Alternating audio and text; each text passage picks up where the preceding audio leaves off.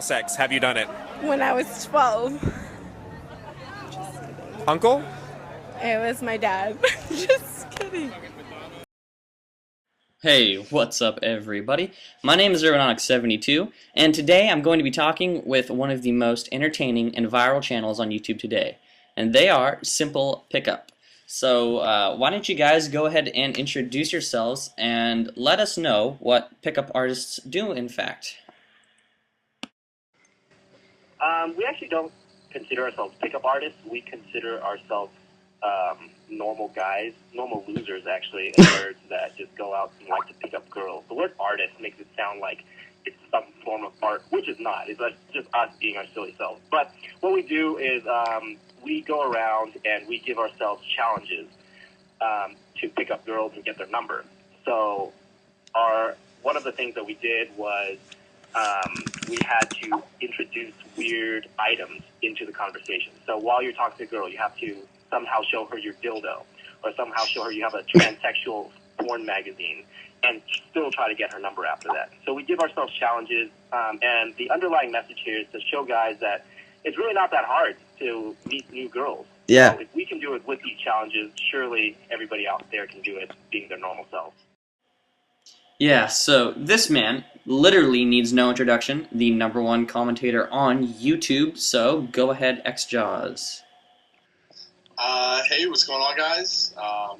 It's Sam, if you guys are familiar with me, and I'm just kind of here to tag along for this interview. And I checked out the Simple Pickup channel, and I thought it was really funny, so I thought I'd join in here.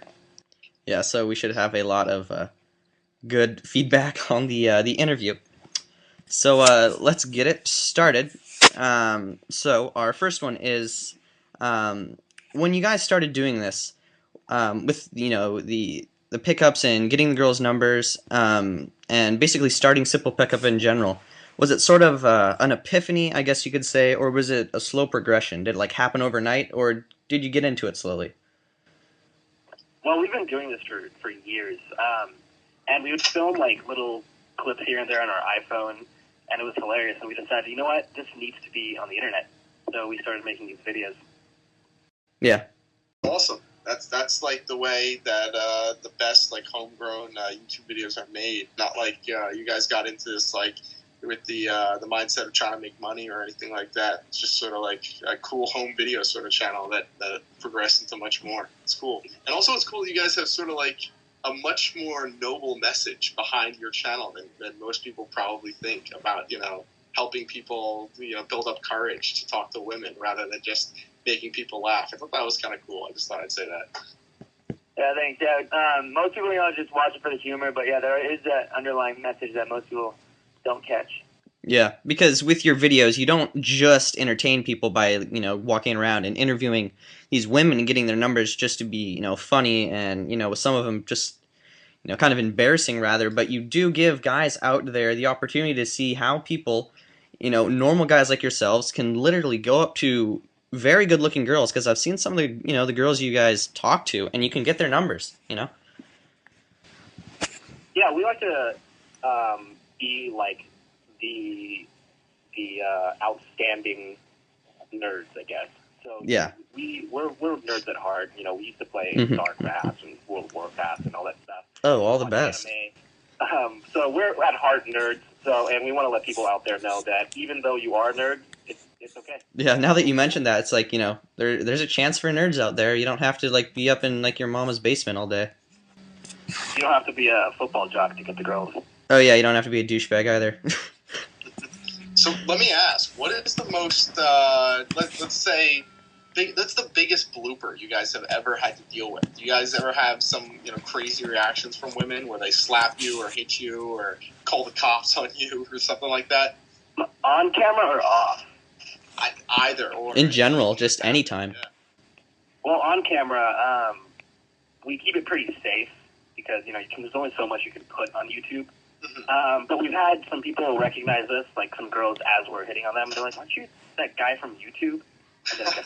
Does that actually ruin it, or are they put off by that, or do they become more intrigued at that point?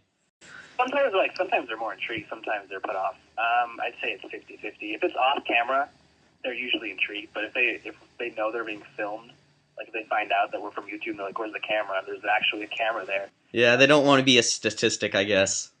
Exactly. Yeah, I feel like the... Off camera, you guys have any craziest thing that's happened to you off camera? Oh yeah, we wanted to. I don't know if I should say this story because it's kind of, but whatever. I don't give a shit. So we wanted to get into Comic-Con so we can ask the panel questions. We wanted to ask Kristen Stewart a question from Twilight actually, but we missed her by like one person. So we ended up asking Patrick Stewart, the bald guy from Star Trek. Yeah, so the next best Stewart. You settled. Yeah, so we had that on one of the episodes. But the way we got in was we're too cheap and broke to buy tickets to Comic-Con. So what we did was some guys knew us, and they're like, hey, we're down to help you out. And we said we'd repay them. So we used their passes, filmed the thing. And then at night, what we did was, oh yeah, and they're both 18, so we couldn't get them into a club. And at that night, also, Jesse and Jason were already seeing these two girls.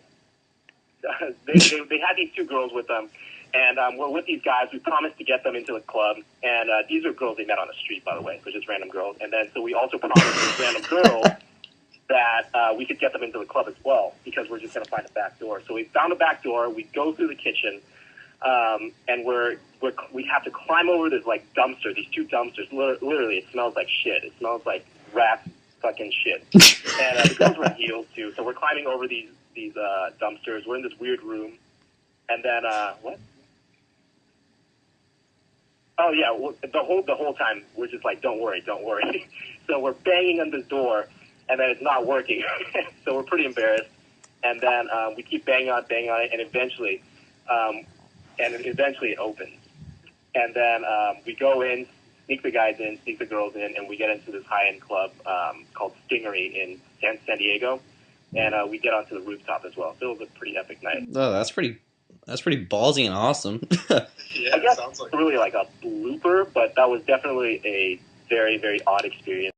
That literally sounds like if you threw some roofies in there and some drugs, you could turn it into a hangover. Yeah, not to the girls, but to the guys. We definitely considered doing that. Yeah. It'll make for an entertaining video. Yeah. 18-year-old asshole. So Sam, have you ever been to Comic-Con yourself? Yeah, I was actually there this year. Oh, you lucky. It was a really cool event. What'd you think about it? What was the, I guess, the coolest part for you? The coolest part was getting denied, because I'm only 17, getting denied entrance to a nightclub party, and then going over to the Playboy party instead after denied entrance to a much less cool party. What is the downside to that? Like, Playboy party, you say that, and I'm just like,